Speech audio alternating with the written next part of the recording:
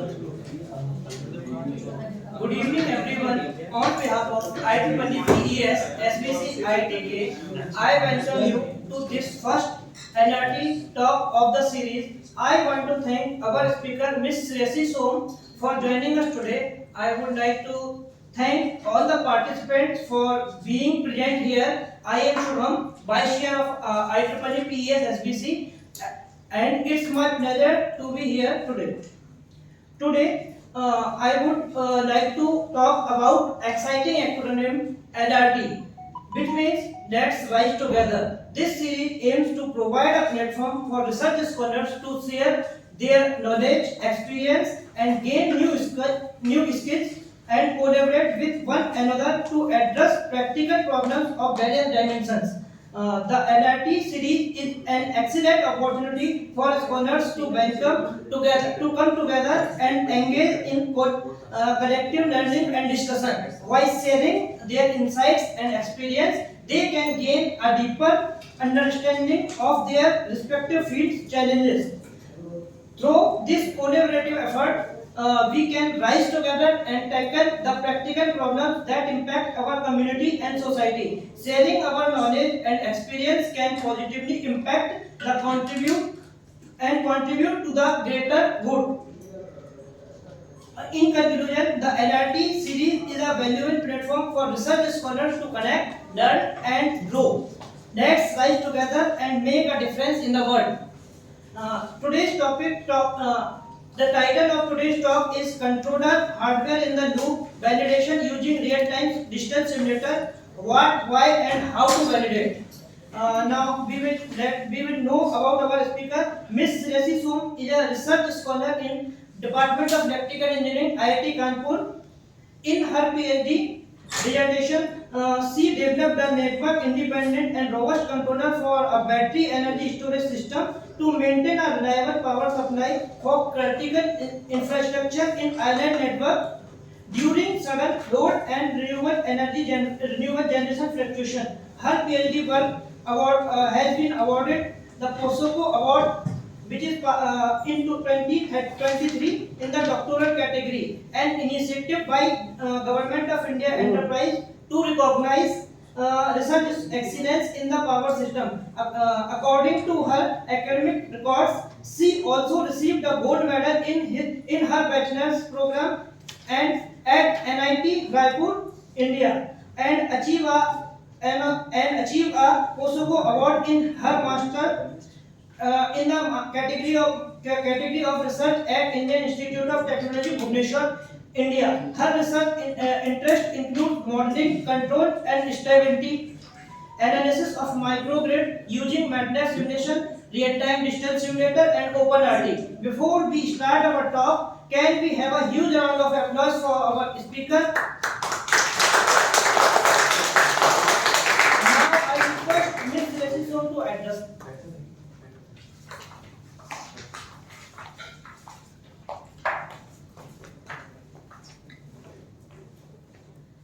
Thank you, Shubham, for this wonderful introduction, and thank you all the audiences for coming here.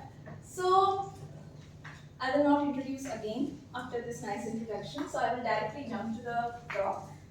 So, the main motive of this talk is knowledge transfer. Okay, so whatever I have learned from this HIS validation, I will try to deliver stepwise and try that I will not bore you. Okay, so before starting all these validation and everything, what to validate? This first question we should come into our mind, that what to validate? Anything you propose. Okay, you could propose any control logic for any inverter so that that inverter can effectively manage all renewable energy resources so that it can reduce carbon emission. Or you can propose any protection logic.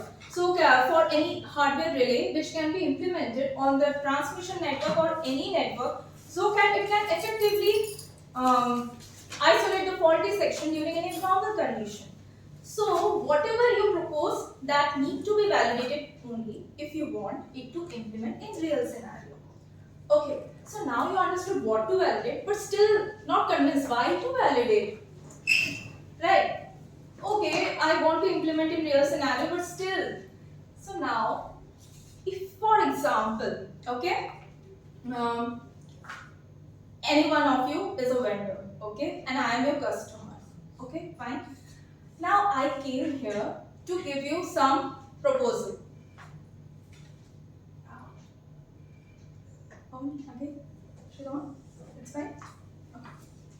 Okay, where were I? Why to validate? So I will try to explain this with an example. For example, I am a customer. Okay, and I came to you to ask that please prepare a prototype or a logic, control logic for the missiles which I have, and I want my missiles to trigger to the aircraft. Okay. Now, can you just do it in your software and just tell me, yes, it is working fine with all the test cases and scenarios, and I'm ready to sell it to you? Will I be convinced enough? No. Why? You are saying that you have tested in various test conditions and everything, but still my missiles and aircraft would be of crores of rupees, right? I cannot allow you to just burn it into ashes just for your trial purpose, right? I can't allow you. There are a lot of trust issues, right? So still, so that's why to validate. But if you want to make it acceptable for field deployment and you don't have missiles, I will not give you missiles, I will not give you aircrafts, then where are the real scenarios? How will you test it? So next is how to validate without any real scenario. We don't have any real scenario. Still, I want you to prove that it will work in real scenario. So for this, what we have to do? So this, if you want to convince your customer, okay, that please, this will work, my proposed logic will work, for that, you have to follow these 4 steps. Okay. Now these 4 steps can help you, not, first of all it will help you to gain confidence, yes, my logic will work. Later on, then you can make your customer confident enough that you can buy it. Okay, so there are a few steps. First step, software and loop validation. Now from here you can see that this real-time simulation, this indicates a software. Okay, I'm saying it is a software, and entire thing is in software. Software and loop validation means everything is in software, there is no hardware component involved in it. But I'm saying step 1 should be software and loop validation. I will try to explain this with the help of some control or protection logic. Okay. So for example, if I want to test a control logic for my converter or a protection logic for a relay. Okay. First step, I should build the entire system in some software. It could be anything, right? MATLAB, RSCAD, RTTS, Typhoon, anything, whatever you want. But first you have to test that your control logic, your proposed logic is actually working, at least in the software platform. Then we can think about the hardware platform. But if it is not even working in the software platform, you should not think about the hardware platform. Okay? So now in this, you can observe that for this test system, I have considered a control logic or protection which will generate the firing pulses or trip signals for any converter or relay, which will take some feedback signals from the output of this converter or relay, and the rest of the network is connected like this. This is the test system which I have considered. So now once software and loop validation is completed, you are getting enough good results for all the test case scenarios. Next, we will go to controller hardware and loop. Now, in controller hardware and loop validation, what is the main difference you can find out with respect to the step 1? Anyone? Yes, controller is out of the real-time solution. Yeah. The logic which I have proposed, I have taken it out of my software and I have kept it as device under test. This is my hardware setup. This could be anything. Okay. I can make my hardware setup, my control logic, my protection logic, anything. I can implement it on anything like DSP, FPGA, anything. It's your choice. It's user's choice. Okay. I have chosen DSP board. DSP is digital signal processing. Okay. So now you can see controller hardware and loop validation, everything, even the converter, relay, whatever which requires firing pulses or trip signals, it is inside the software. And one more thing, when we develop any software simulation, we take a lot of assumptions, right? You cannot build anything perfectly. You cannot emulate the entire network correctly into the software, right? So there are a lot of assumptions. So you cannot say that, oh, this is exact system which I have built my simulator. So the next thing, once you have achieved when you have seen that your proposed logic is working well enough with this setup, CHIL setup, then still I am not convinced, still your customer is not convinced. They will say, why are you convinced? Okay, you have taken out the proposed logic outside, but your entire thing is inside only. How you can claim that it will work? This is the real scenario. I'm not convinced yet. So next step. Now again, we will try one more step to convince our customer. Power hardware. So the name suggests that there is some power component which is interfacing between the hardware and the simulator. So the PHL actually works like this. Okay? So what is outside for the PHL validation? What is the difference between CHL and PHL? The quantum power devices are also outside. Correct. So this is our hardware, that is the converter or relay which actually requires the firing or trip signals from our proposed logic. So the entire setup is outside. So our inverter is outside, our logic is outside, everything is outside. This is the device under test, and then this is interconnected with the software which is having our rest of the network. Okay, but how to interface? It's a simple logic that this is basically a power amplifier or the chroma which we have in our RTDS lab. Okay, so the simple logic is whatever current is flowing, you just put it here, whatever voltage is here, you put it here. So based on this is the some logic on which we try to interface the hardware and the software component. Okay, but still your customer is not convinced. Okay, still your customer says, okay, fine, you have taken out the converter, you have given me the real converter, you have tested your logic with real relay, but still I am not convinced. But your system is not real yet. How can you prove that when I will connect this device to the real system, it will work as per the proposal you are giving me? So now what to do? Still your customer is not satisfied.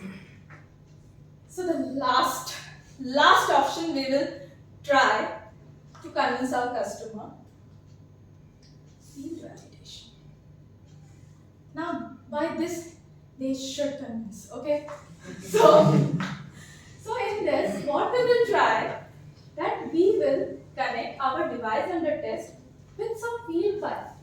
Okay, now one thing, no one will allow you to connect your device to the real field. Okay, it's of lots and lots of crores. Okay, just for your test and trial purpose, no one will allow to just burn them. Oh, so much loss. No, they will not allow. Okay, so for that, next feasible solution, develop a small field pilot which can emulate all the characteristics, many main important characteristics of a real network. Okay, and this is real. This is real PV, this is real load, this is real storage. Okay, and this is means suppose load means I am saying it could be villages, it could be real residential houses, it could be real hospitals, everything. It could be anything. Okay, but on small scale. Okay, not on large scale. Now if you connect this, can anyone tell that your control logic after all those three validations will work here as well? Can you claim it? Some new condition may pop up. Absolutely. Why? Because the rest of the network which you have emulated in your software, it was not considering all the real facts or serial system may carry with it. Okay? There were a lot of assumptions. So now you have to retune it back. You have to go back to your first step. You have to again retune. You have to consider what could be the most feasible solution for this. That you can whatever parameters you have adopted to design your proposed logic, those parameters, in those parameters you can assume some uncertainty, like some percentage of variations. This you can do. Like suppose 10 to 20% of variations for all the parameters which you have considered to design your logic. Based on that, this could be one of the possible solution. Okay. So based on that, you will retune, you will go back to step 1, you will again do the simulation, then again test cases, all this, then stepwise, then again come back here. And after that, when all the test cases, your control logic satisfies this field, then your customer, I think, will satisfy. I think, okay, because there is huge investment he has to put on. So that's why these are the 4 steps. This is the closed loop, okay. Sometimes we think that, okay, one validation is enough, okay, it's enough, it's for paper, okay, not for actually if you want to implement it on real scenario, no one will be convinced by your logic, okay. So that's why these 4 steps are required. But for today's talk, I will mainly concentrate on controller hardware in loop validation because I have done that only. For PHL and for field validation, Sunil can organize any other talks. Okay? Okay. So starting with what are the main steps required to perform this CHL setup. Okay? In this, I will use mainly 2 components. One is real-time digital simulator. Why I will use, I will explain. And RTDS, I will abbreviate it as RTDS. I will not tell the name complete every time. So please remember what is RTDS and what is digital signal processor. I will say it as TSP. Okay. So please remember these 2 terms. I will keep on repeating it in my further slides. Okay. So now, starting with what is RTDS. Okay. I will not go in that much deep because if you want to know about this hardware setup, you can very well go to this references and there are a lot of stuffs where you can get to know about these things. But whatever components are required for the CHI setup, I will explain them. Okay. So first of all, this GT-Sync card is mainly required to synchronize the RTDS clock and the global positioning system clock to give real-time measurements. Okay, what do you mean by real-time measurements?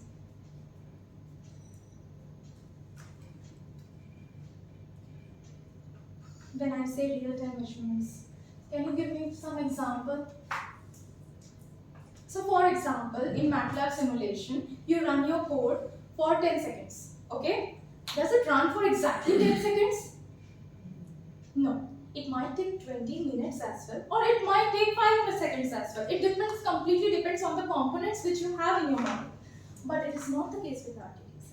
If you run it for 1 second, it will exactly take 1 second. Neither 5 seconds, neither 20 seconds. Okay? So that is real-time measurements. So this facility is provided by the RTDS. Next thing, the GTNet card in the RTDS can interface the RTDS panel with any external device. External device I can say like digital signal processor, FPGA, any other inverter, any other product. Okay, so it has a facility, but with MATLAB simulation you can't do that. MATLAB will not give you that facility. Take out some measurements from that simulation and then use it somewhere else. No, it will not give, right? But RTDS give you that facility. So this RTDS panel looks like this. In our power system lab, we have similar 2 other panels, total 6 racks. Okay. So for this, you can use 1 rack only for CHL validation if your model is small enough. But you have very large system, then you might require more racks, and inter-rack communication is possible through in this RTDS. Okay. So now this RTDS has its own RSCAD software, which is installed in another PC. Okay. Now this RSCAD software communicates with RTDS through Ethernet-based LAN. Okay. It's connected through this. Now what will happen? Next thing is these 2 components, that is GTDI, GTDO card and GTO and GTI card. What are the main requirements? I will keep on repeating these words in my later slides, so I am explaining here. These are the cards. GT stands for gigabit transceiver, DI digital input, DO digital output, AI analog input, and AO analog output. These are the 4 cards which are installed in the RTDS panel, which communicate with the RTDS panel through optical fibers. Okay. So now, what is the main function of these cards? I just now said to interface. It can interface, right? Like this RTDS panel means whatever simulation model you will build in your RSCAD software, that the measurements or whatever signals you can extract from your model outside and send it to anywhere, any hardware device. Okay. Now, how you can do that? It's not magic. You can do it. And how? There are some facility for that. So suppose you want to extract some analog signals. Suppose you want to extract some voltage and current signals out of your simulation model. Okay. So for that, I'm saying it's analog signal. We have to take it out. Can you just tell me which card I should prefer? I'm saying I want to take out analog signals out of the model. Which card I should prefer? What?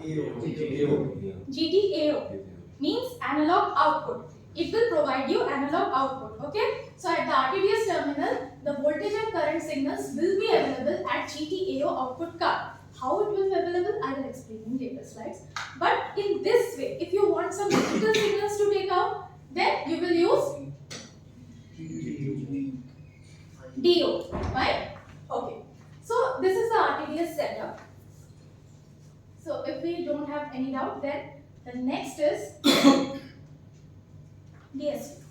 So these are the 2 components which I will be using for my CHR. That's why I'm explaining beforehand. So how it looks like, what is actually works. Okay, how it actually works.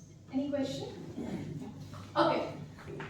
So first thing, my DSP looks like this. This is I haven't brought DSP with me, but okay. In this is the total DSP board, which have a DSP docking station, which can hold your DSP microcontroller. I have used this microcontroller for my work. Okay, this is F28335. This is the entire DSP block. It has one USB cable, which can be connected to your workstation. Means your workstation. What do I mean by workstation? PC. Okay, the PC in which RSCAD is installed. Correct. So this USB can be connected to that PC. Next thing, why this DSP docking station? This DSP docking station provides, it helps you to access various pins like analog to digital converter pins. There are mainly 2 pins. Okay, ADC pins and GPIO pins. GPIO means general purpose input output pins. It has total 88 pins, and DSP ADC pins, analog to digital converter pins, that is A0 to A7, B0 to B7, total 16 pins. Okay. So this docking station helps you to access the microcontroller's output pins. Okay, but that's why we need to place this docking station. But okay, now let me ask you, can I directly connect my GTAO output to this DSP board? Why no? Level down the voltage. Correct. One thing I missed in previous slide. This GTO and GTO card, okay, this has in total 12 channels, and each channel can accept a voltage signal within plus minus 10 volt range. Okay. And this DI is can plus 5 to plus 24 volt it can operate. Okay, but it has 64 channels. Okay, so these are few restrictions of these cards, that it has some limited voltage range with it. So now, but DSP can accept 0 to 3 volt voltage. Okay, now how to do that? DSP can accept 0 to 3 volt. They provide within plus minus 10 volt. It's an issue of voltage level, issue of bipolar signal. How to convert bipolar signal to unipolar signal. There are a lot of things, but you can do that. You can do that within your software only. But still, it is not advisable. Why? There are 2 more means points which we forget. That noise signals in control wires. Okay, there are a lot of control wires we will use to connect, to bring those measurements from the GTO card to this DSP board. Okay. Next thing, to isolate DSP and RTDS. Suppose, for example, while performing your experiment, unknowingly you shot two pins. Then, or some fault may happen in your DSP. There is a possibility that fault may travel back to your RTDS. Okay. And now, can anyone guess what is the cost of RTDS? 40 crores. Great. So can we bear that if we do anything with RTDS, can we pay back 40 crores?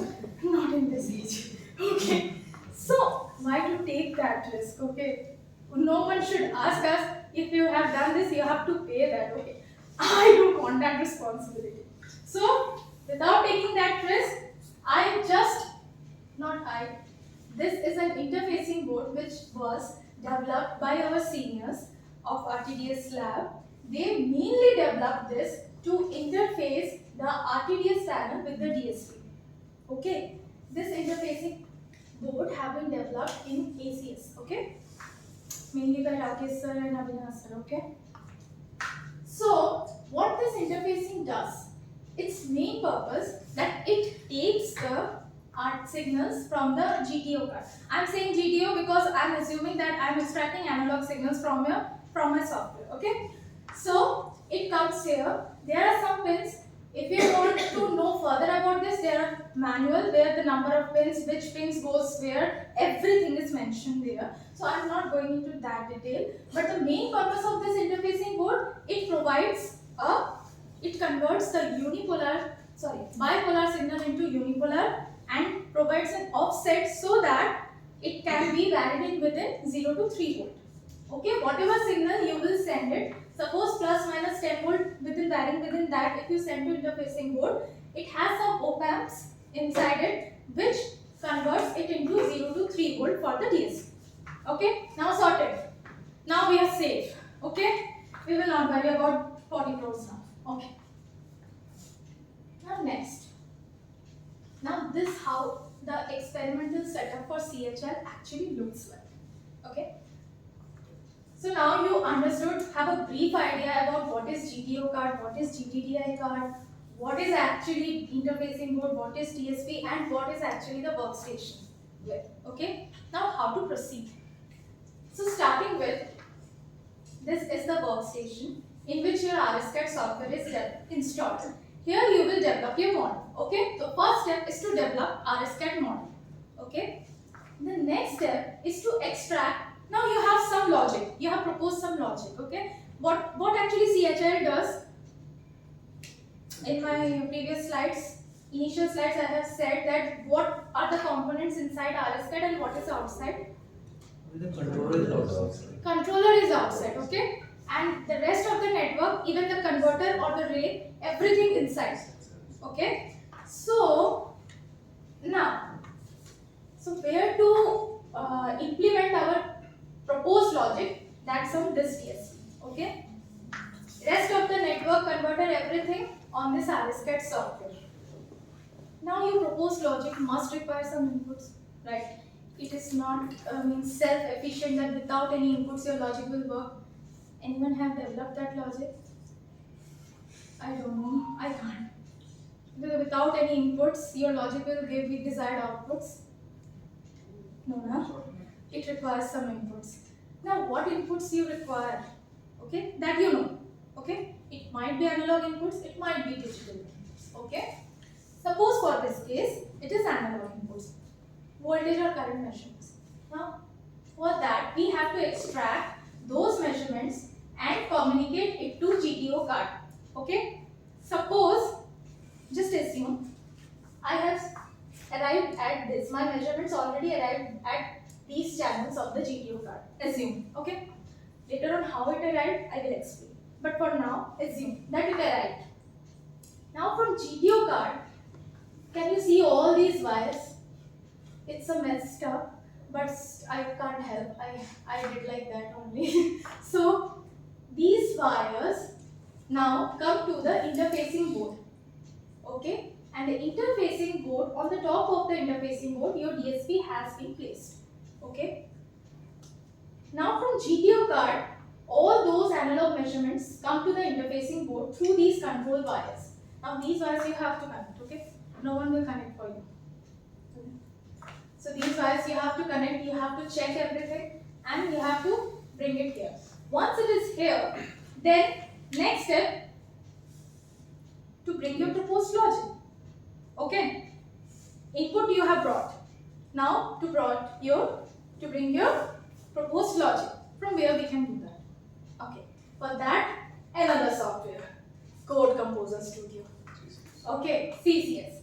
Now this Code Composer Studio is again installed on your workstation, right? And I said earlier that this DSP has USB probe, right? And this USB probe is connected to the workstation. So the CCS software installed on this workstation, in which you have developed your proposed code, can easily dump it into the DSP. So can you understand the flow of all those things? So from here, we just dump our proposed logic through this CCS to the DSP. Now DSP has everything. What it means? It has proposed logic. It has all the inputs it requires. Now it just has to generate required output. Suppose, assume it generated. Your code ran so well. Okay, everything was perfect, and it generated the required output. Required output could be anything. Your trip signal for the relay, or it could be firing pulses for the converter. Okay. Now, how to send it back to here? How many people will say I can send it back directly to this USB probe?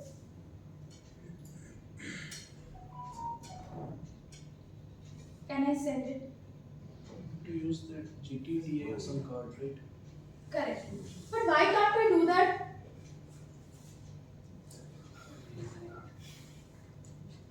Because this is connected to CCS but not the ASCII.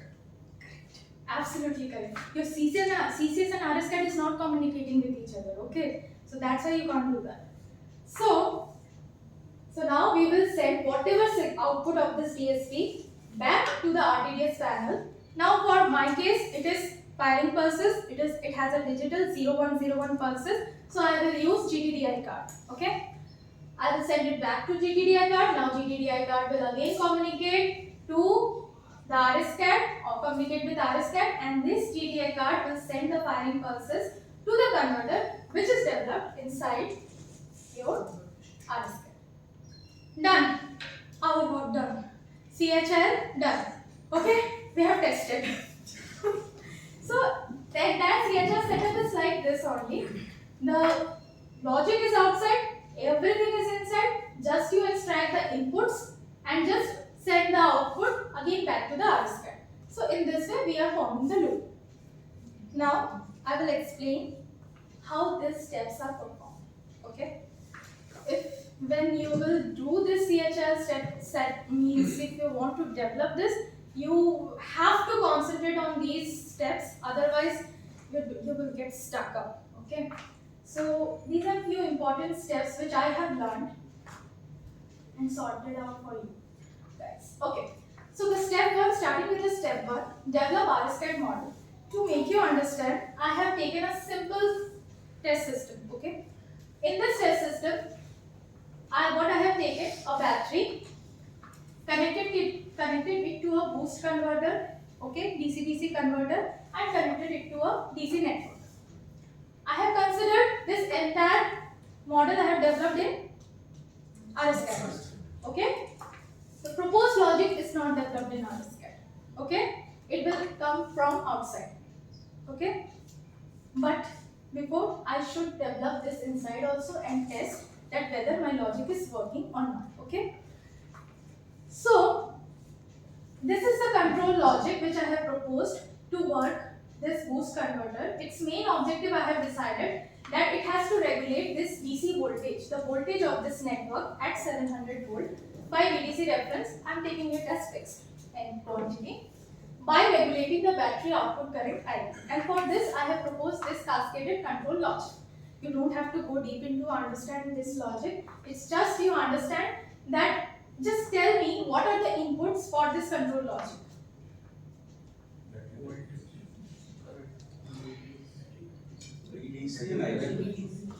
What?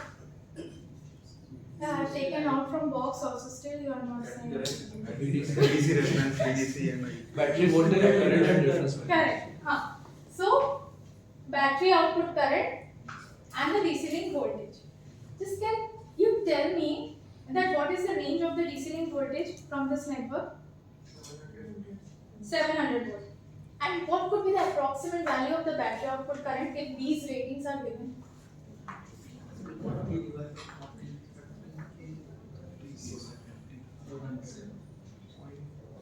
around 75. Correct. Correct. So just tell me 75 ampere battery current, 700 volt. How to give it to GTO card which can accept only plus minus 10 volt range? What to do now? Yes, sir? No. Who said? Yeah, what? Scaling. Absolutely. We will do the scaling. Okay? So, going next. Now here, signal acquisition for GTO. Okay? Here, the main purpose is to scale down whatever analog measurements you want to take it out from your model. Okay? As per the requirement of your GTO card. Done? So this block, can you see? This is a DA GTO block which is easily available in the library of the RSCAD. You just have to drag it and place it on your model. Okay? Just you have to do that. There are 12 channels. Why? Because GTO card is also having 12 channels. Okay? Now what we have to do, we have to send whatever signals we want to extract from your RSCAD model. Okay? So what we do, now we cannot give it directly. VDC 700 and IV 75 ampere. My GTO can't do that. So now we will do the scaling. Now this DA output, okay, I have did it for my convenience because the DSP can accept 0 to 3 volt. Okay, even though GTO can accept within plus minus 10 volt, but I have here only taken it as 3 volt. Okay, so what I have done for 3 volt output at DA out, I have considered that 1 kV voltage signal in RSCAD. Why 1 kV? 700 with a factor of safety, I have taken 1000 volt. Okay. Similarly, for the battery output current, I have taken 3 volt corresponds to 150 ampere current signal in RSCAD. So can you tell me, you can take out your mobiles to calculate this, that what will be the value if I want 5 volt at DA out for the voltage signal? So that is set as scaling factor, okay? Because this DA is this, actually when you double click on this block, it gives you this option in which it is said that DA output scaling. In this you have to enter the scaling factors, okay? So it is with respect to 5 volts at DA out, but I have done that, okay? I'm very smart now. So I have done 3 volt. So I have to again convert it back to 5 volt. So I have converted back to 5 volt, and with respect to 5 volt I got 1.67, and this is my scaling factor for voltage signal. Okay. Similarly, I have done for the current, and 0.25 appeared as my scaling factor. So if everything is sorted, if you understood everything, can you answer me this? If GTO channel 1, now one more thing. Okay, you got everything at your GTO card. Okay. But you have to cross check, because once you don't cross check and you move ahead to next step, then you keep on scratch your head, oh, what mistake I have done. Okay, suppose your signal has not arrived at GTO card and you are thinking, assuming everything is fine at that stage, I am now moving on. So the first, after reaching this stage, you must check the GTO terminals, that whether the signal arrived or not. So what I did, I used a multimeter. I checked the channel 1 signal. Okay, it gave me 2.095 volt. So what is actual RSCAT measurement? Because I have to check, cross check. Means I am sending this much amount of signal to GTO card, but I am getting this much value. Is it correct or not? How to cross verify it? So still, what is actual RSCAT measurement? If I am getting this, can anyone just calculate and let me know?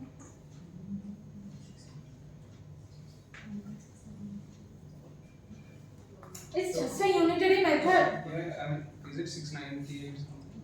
Or this 1.67 is another factor, right? Correct, yes. This is the scaling factor. So we have to just reverse it, right? How we arrived at this point, we have to reverse, trace back to get the actual value. 6.27. 6.27. Volt. kV, what? 698. What? Volt or kV? Volt. Okay, right. So volt. So how you calculated it? Just can you please share with us? 1 kV by 3 into 2.095. So now 700 volt. Our network was 700 volt, and we are getting approximately 698. So I am safe. I got my measurements outside GTO perfectly correct. Now I can move ahead. Okay. So now if this is clear, let's go to next slide. Done. Step 2 done. Now step 3. Step 3 is a bit complex because here comes the Code Composer Studio. It's a huge thing, but I will try to explain. Okay. So how to load your proposed logic on DSP, because this was the step 3, right? We have to load your whatever logic you have proposed onto the DSP, but it's not so easy. You cannot directly load it. There are many steps. So how you can do that? First of all, CCS, Code Composer Studio, who have used it, they might understand. Even you have not used, don't worry. If you read these manuals, and you can do that. Okay. So first step would be create a new CCS project, okay, and add new header files. To explain that, I will refer this slide. Okay. So how to create new CCS project? The things which you have to keep it in mind, that which DSP you are using. Okay. The specifications you must know, and accordingly that you have to enter this target, this value, then this thing where you will get in your manual, DSP manual. Okay. Then you have to connect your DSP with the workstation via USB probe, and then click on verify. Okay. If it verifies, that means your DSP is now communicating with your CCS. Done. One more thing, the challenge which I faced, it asks a compiler version thing. Okay. And this Code Composer Studio has a very bad habit. It don't ask you before updating the compiler version. Okay. And they will update. And suppose you have built your previous logics projects in different compiler version, and now you create new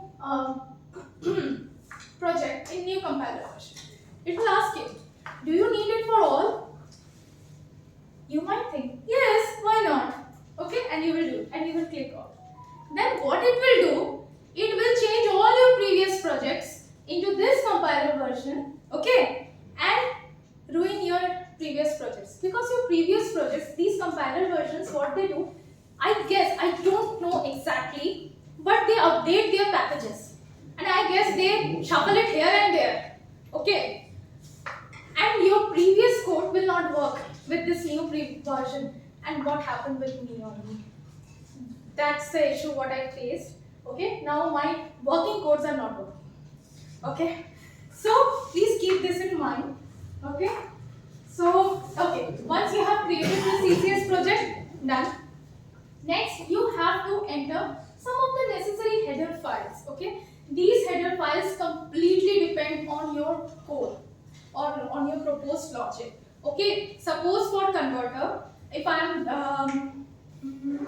am creating a control logic for three-phase inverter which might require ABC to DQ conversion, DQ to ABC conversion, then I will require this header file, solar_f.h. But if someone is working with protection logics, they will not require that. So they will not read that, right?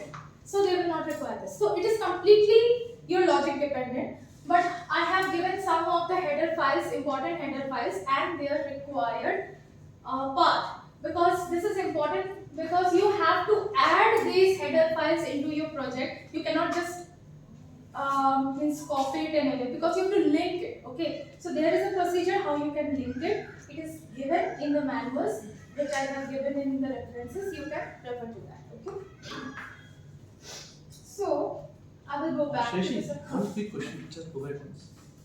Yes, Like sir? you said that header files which will include will depend on the work we are doing. Correct. So like from where we can get the list, suppose someone is working controller, someone is on protection, then Huh. from where we can get the information? It will be given in manuals only. Okay. You have to read it, and there they have given, okay, which header files you need, you don't need, it is given. And they have given a lot of example files also for different logic also. So it's easy, but you have to effort, you have to read it. That's the only thing, we have to read it. Okay. So, okay, going back. So this step is done. Once this step is done, okay, your CCS file is ready, everything done. Now extract digital signals from DSP ADC module. I said that DSP has two types of pins, ADC pins and GPIO pins. ADC is input pins. That means it takes the analog signal from your GPIO card, converts it into digital, and give it to the DSP board. Okay? Why digital? DSPs are for digital signal processing. Name only says that digital signal processor. It can't take analog things, okay? It's very choosy. So, extract digital signals from DSP ADC module. So, one thing you have to keep in mind that it has some numbering steps, okay? Fine. And that you can get it from this reference, that which pin refers to which number, okay? Because at the end, suppose your GPIO card, if you can see in this table, your GPIO output analog signal, we have taken DC link voltage and battery output current, VDC and IV. We have fed these signals to the interfacing board which have their respective numbers. Suppose I have given it to J24 and J25 to these terminals. I can, what happens? Pink one. Okay. Whatever was I? Okay. So once interfacing board pins you have given. So now till interfacing board, your measurement signals arrive. Now this ID is directly connected to your DSP ADC pins. So at this pin, which J24 corresponds to A3, because ADC from A0 to A7, B0 to B7, and in IB manual only, interfacing board manual, it is given that which pin is connected to which one. So you can get it from there. So just for example, the J24 is connected to A3 of the DSP ADC pin and J25 A5. Now these ADC have a tendency to convert their digital signals to some result registers. Okay. So now these registers are named as ADC result 6 and they have respective numbers, and which pin stores in which register you can get it from the manual. Okay. So for example, I have just given here that A3 stores to T6 and A5 to T10. Now from T6 you can extract the hexadecimal DC voltage and hexadecimal IV current. Now I can't work with hexadecimal values to implement my proposed logic. Oh, I am used to with analog signals. How can I implement with hexadecimal numbers? No, I don't want that. If someone can, they can, but I don't want. If I don't want, what to do? I will trace back everything.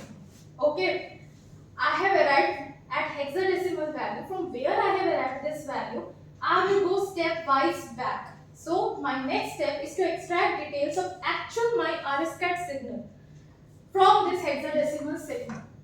So here it says the steps.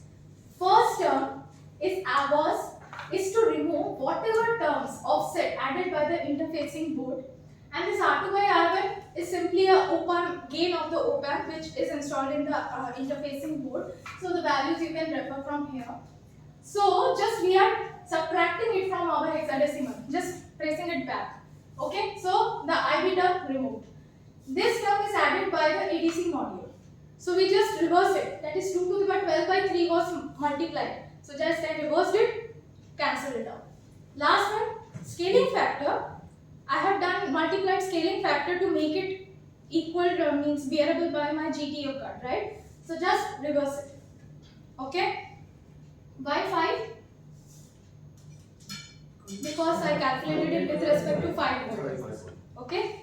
So now when I do this, just simply implement this formula, you will get your original signal. That's it. Once you get it, now done. I am ready to implement my proposed logic. So now how to do that? So this control logic I explained earlier only. Okay. One thing. This analog, whatever logic I have, this suppose in my proposed logic, this is a proportional integral controller, Kp plus Ki by S, okay, in S domain. Now my DSP can't work with S, okay, it's very juicy. It needs to be discretized. So he said, I need Z domain. So what to do for that? So you have to convert your S domain to Z domain with test-in approximation. Test-in approximation. By test-in approximation, there are many methods which you can implement to convert map from S domain to Z domain. But why we have used test-in approximation is simply because RSCAD is based on that. Okay, so RSCAD used test-in approximation. Okay, and at the end we have to deal with RSCAD only, so we have to be in terms with it. Okay, so that's why, and this 2 by t, so wherever you can find your S value, replace it with this 2 by t z minus 1 by z plus 1, and t is nothing but the RSCAD simulation step size. Okay, that is 50 microseconds. So if I want to write this block diagram in mathematical form, it will look like this. I'm just giving an example for this section, that you can just simply say that the IB reference is generated by VDC reference minus VDC and multiplied with some proportional integral controller. I have denoted it with these names. Now when you replace this S with this value, it will come into this form. Okay? So you have to write in CCS this equation, not this equation. Okay? Next important thing what you have to do, you have to restore your new values to old values. I mean, you have to write, after writing this line, you have to write IB star D n minus 1 is equal to IB star D n. Understood? Means you have to write this equal to this. What I am doing? Storing sequentially. Because it's a continuous measurements which we are keep on getting. It's not the one thing, okay? So these are sample values. So if you will not store the new values to the old value, but because see, your new values are dependent on old values. So okay, so that's why you have to update it. So this point you have to keep in mind, okay? Okay. Once it is done, so now, Just a small question. You are mentioning that you equate the previous value to the present correct, value. yes. Or equate the previous value plus the additional value to the present value. No. After writing this, first this code will be executed. After this code, next line should be that I will restore my IB star D n minus 1 term with this value, whatever new value I got.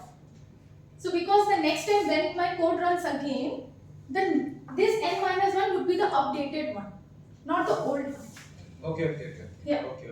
Got it? You want to update IB and Yeah. minus one. Yes. So now the proposed logic till then we have developed. Next. Okay. Now one more thing. You arrived till this point. Okay. DOP ratio you arrived till this point. Now how to implement this? PWM. Because at then you have to develop switching signal 0 1 0 1 0 1. Okay, but this is a constant DC signal. So now the pulse width modulator, you have to again design it with the help of the DSP EPWM module, which is there in the DSP. Okay. Now this EPWM module helps you to generate the switching signals. Okay, and how it helps? It's a huge, it's a lot of things there. You can refer this reference, but simply I will tell what main equations you have to write it down to achieve your desired switching frequency for your firing pulses. Suppose you want your converter to have switching frequency firing pulses for 1.35 kilohertz. Now, how to generate that? Okay. So for that, these two equations are required. So these two equations are simple. You just implement it. It's nothing but these are all just jargon names. Take it as jargon names. Okay. Just the thing that there are a lot of EPWM modules in a DSP. Okay. One you have to take it as reference, which will refer the frequency of your RSCAT, and remaining EPWM you can design it yourself. Okay. So that's why what I have done, that one as reference, this time period refers the reference for RSCAT. So that's why, okay, what is the time step for RSCAT? 50 microseconds. So 1 by 50 microsecond, 20 kilohertz. So that's why I have written 20 kilohertz for FPWM. This is the formula. Just you have to implement this. FTSP, it is already given, DSP clock frequency 150 megahertz. Okay, and these values you can get it from the manual, TDCL and everything. Okay, so it's done. After implementing so many steps, we finally arrived at our switching pulses. Okay, firing pulses, and you can see. So this I have captured with the help of a DSO. Okay, and this is at DSP GPIO pins. Okay. So you can see I have received 1.35 kilohertz frequency for this pulses. Based on this frequency which I have implemented, I successfully arrived at this frequency. Okay, now I got it, everything done. Now how to give it back to my converter?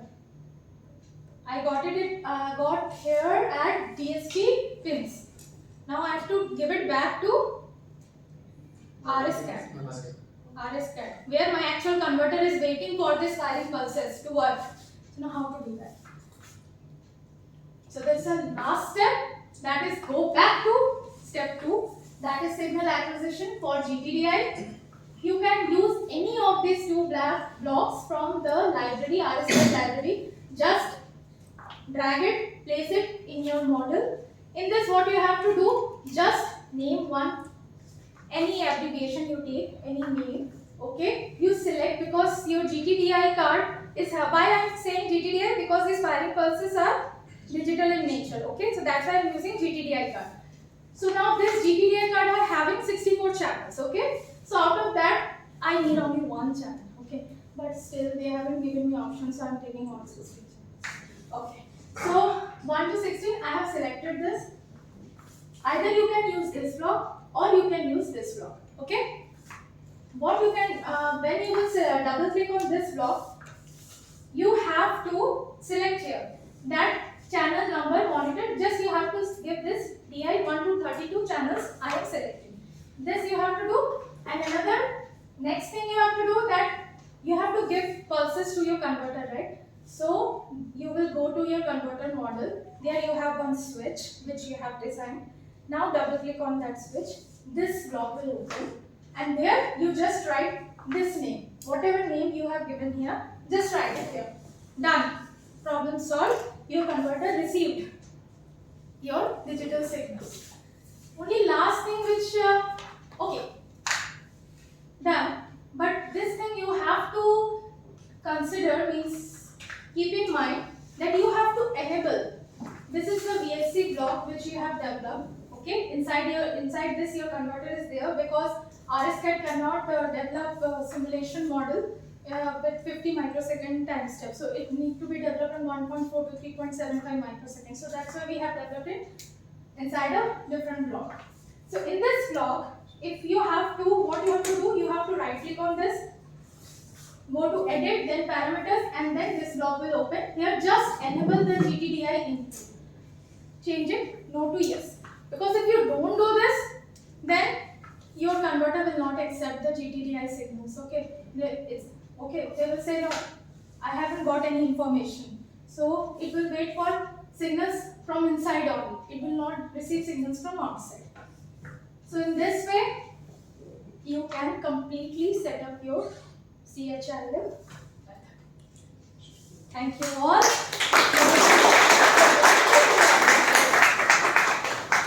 Actually, one question. Any questions? Just go to last slide.